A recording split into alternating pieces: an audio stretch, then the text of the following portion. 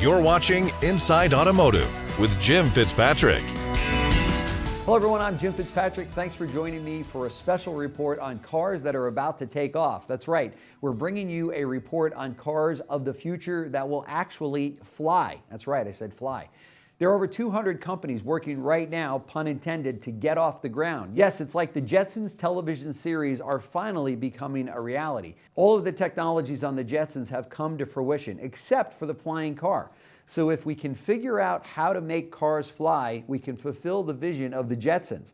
Today, we're joined by two guests who are in the know regarding this new industry that's about to come to life. We have Doron Merdinger, CEO and founder of Doroni Aerospace, based in Pompano Beach, Florida, and returning guest Tim Jackson, former CEO of the Colorado Automobile Dealers Association and author of the new book just out this summer titled, Dude, Where's My Flying Car?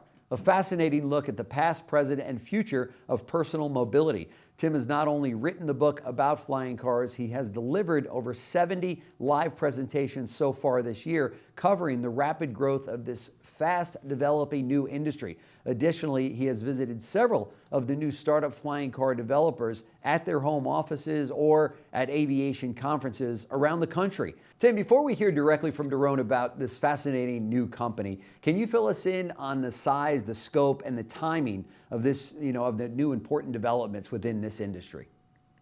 Jim, that's a great question, and it's what's intrigued me. I'm reminded, and you and I have talked about, in the early years of the automotive industry, there were over 2,000 automakers trying to get cars started and propelling people around highways. And now today, 125 years later, there are fewer than 30. Today, as we do this program, there are over 200 startup companies trying to, pun intended, get off the ground with flying cars. A lot of those won't make it. I'm rooting for all of them, by the way, but a lot of those won't make it. And there was just one out of Germany that just fell on hard times since last week when I saw the vehicle in person in Las Vegas. So there will be a lot of consolidation and right sizing, if you will. I'm fascinated by Doron's vehicle, but what I see positive about the industry and for your automotive audience, I think this is the next generation of automotive. Mm-hmm. I think our highways can only get so wide. We can't put more lanes in a lot of places, but yet we keep putting more people and more cars on those roads. At some point in time, mobility has to become three-dimensional.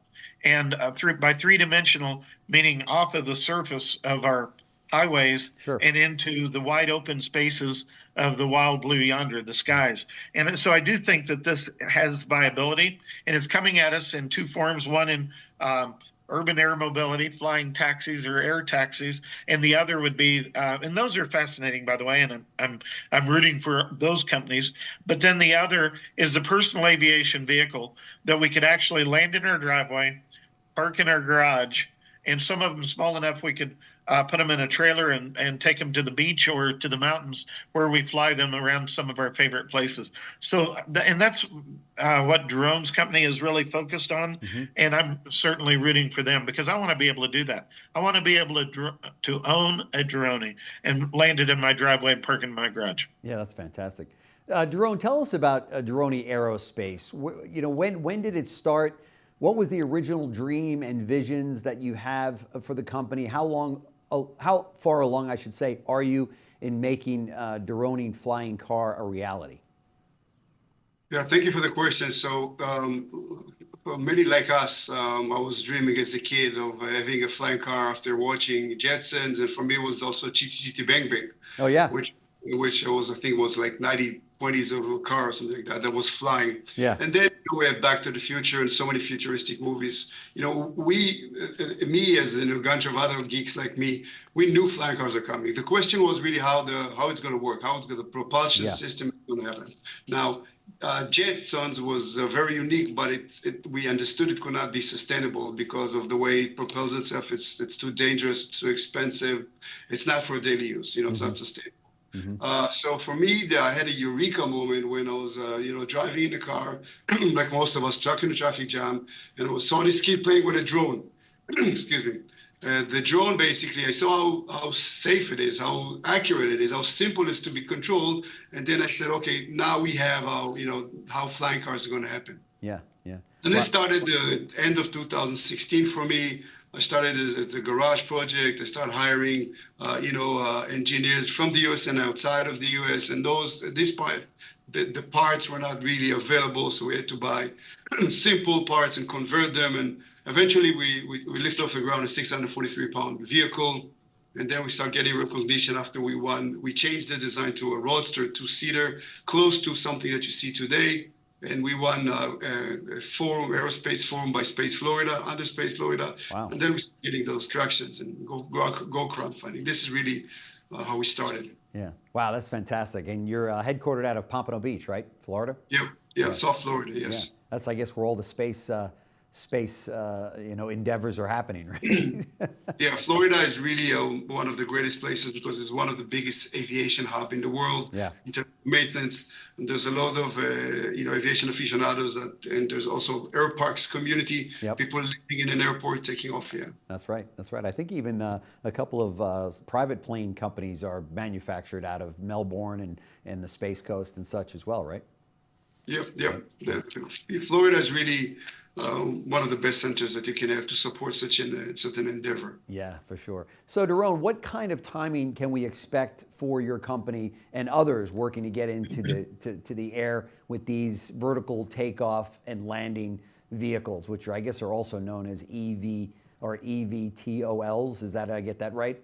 Yeah. Okay. So like Tim mentioned, there are two main categories. There is one which is the air taxi, which is the bigger, bigger publicly traded companies. Mm-hmm. It seems that they've made a lot of traction, and they're probably somewhere 25, 26, you're going to start seeing them. And we are different as we go to the private sector. We believe with the release of the Mosaic rules, which pertain to our category as an LSA, light sport aircraft type certification, under power lifters, we should be there end of 26, something like that, to 27. Wow. And so when would these be made available to the public to buy? Yeah, we already have pre-orders. People already pre-orders these vehicles on our website.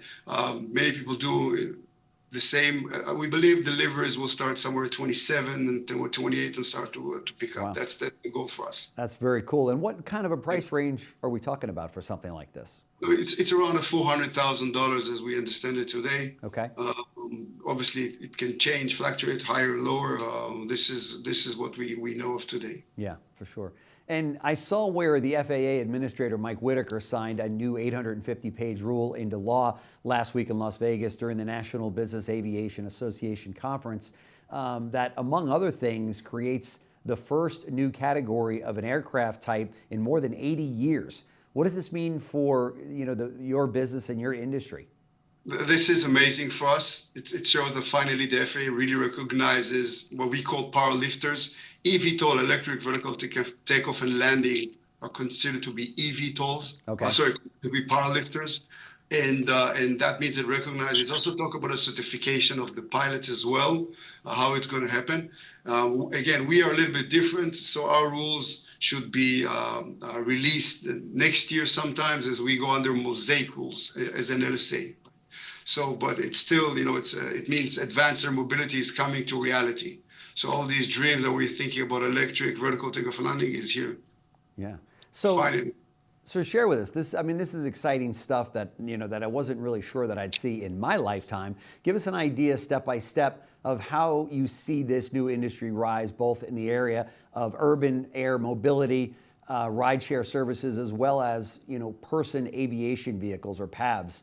Right. And where you can park it in the garage and be able to haul it to and from on your F-150 or your Ram pickup to take it out to favorite flying spaces and spots. Yeah. So what do we know of today is that essentially you can take off and land when you get permission from the landowner. Okay. Now, in terms of where you can fly, how you can fly, the FAA calls this thing corridors. Okay. These are essentially a runway in the sky. It's not like we're going to hover flying over your house. You're going to take off and you go to multiple of lanes. Right. There's endless lanes in the sky, and you'll be able to fly directly because this is a very accurate machine, very easy to control, more than any other aircraft, okay? And it's really a child's play, and you can see it here in our simulator, that you take off, it's just one click of a button, it knows itself in the three-dimensional world, multiple of sensors, much like a drone. Think about a drone, okay?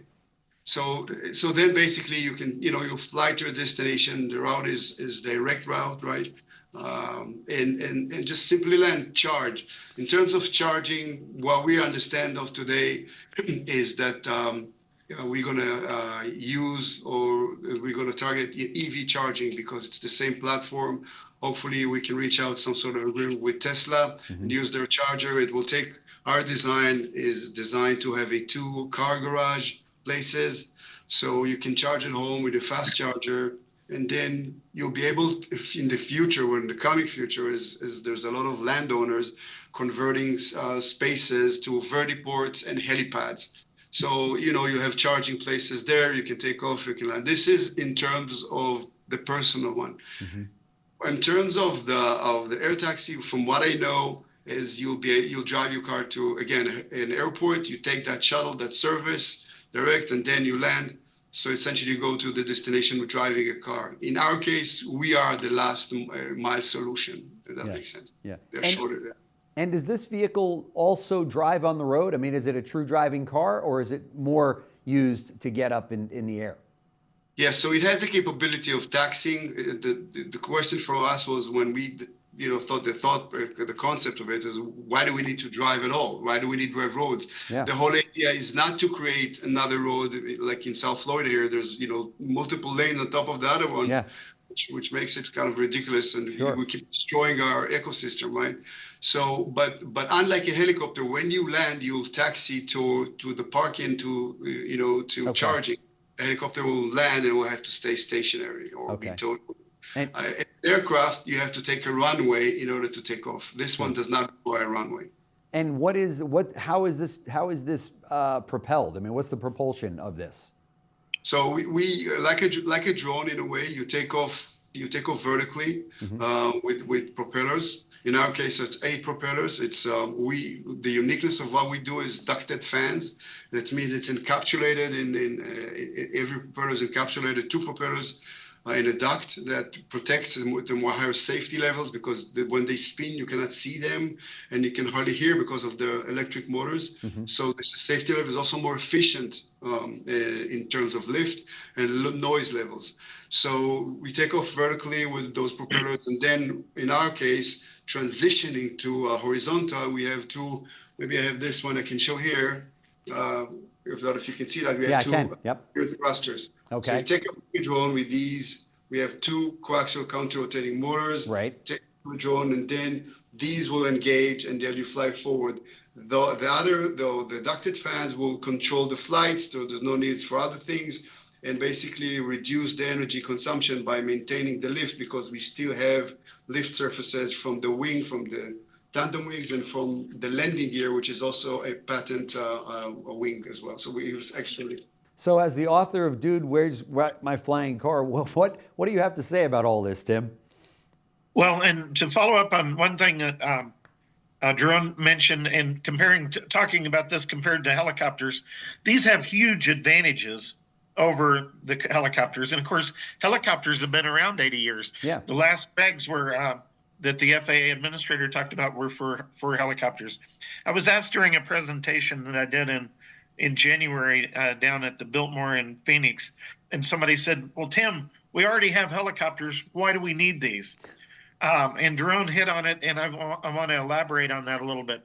These are much quieter. The claim is as much as 95% quieter, or 5% of the noise level. Yeah. And then only 5% of the wind disruption. So I told that gentleman, I said, can you imagine coming into this lunch meeting if you'd have come in a helicopter? If it was 3 o'clock in the morning, you've woke everybody up in the Biltmore. Oh yeah, for sure. If it's 3 o'clock in the afternoon, you've dusted everybody off within a 2 or 3 block radius. With these, they're so quiet and so less wind disruptive that they can land. You could land it in your driveway, park in your garage, and your neighbors would never know it. Wow. The other thing, and for automotive space, our industry has been criticized for a number of years, and I think to a degree unrightly, on traffic fatalities, for example. 42,000 people will be killed on America's highways this year. Right. And that's down from 52,000 in 1972. Mm-hmm. Vehicle miles traveled are up 300% during that time, though. But commercial aviation hasn't had a single fatality in the last 15 years. You have to go back to 2009 to get to one. Now, these are not necessarily going to be commercial aviation if you buy it and land it in your driveway, but they will be designed much safer than what our cars are, frankly. And then we're this whole movement to electrification on the automotive side, these start out as emission free. And that's an area that the automotive industry has done much better than the aviation industry. With the electric cars, we're reducing emissions. The commercial aviation hasn't found a way to do that. Right. And lastly, Doron talked about helipads or vertiports, and a vertiport that's the technical name for a landing site for a VTOL or an eVTOL. But technically, just like he said, they're no different than a helipad.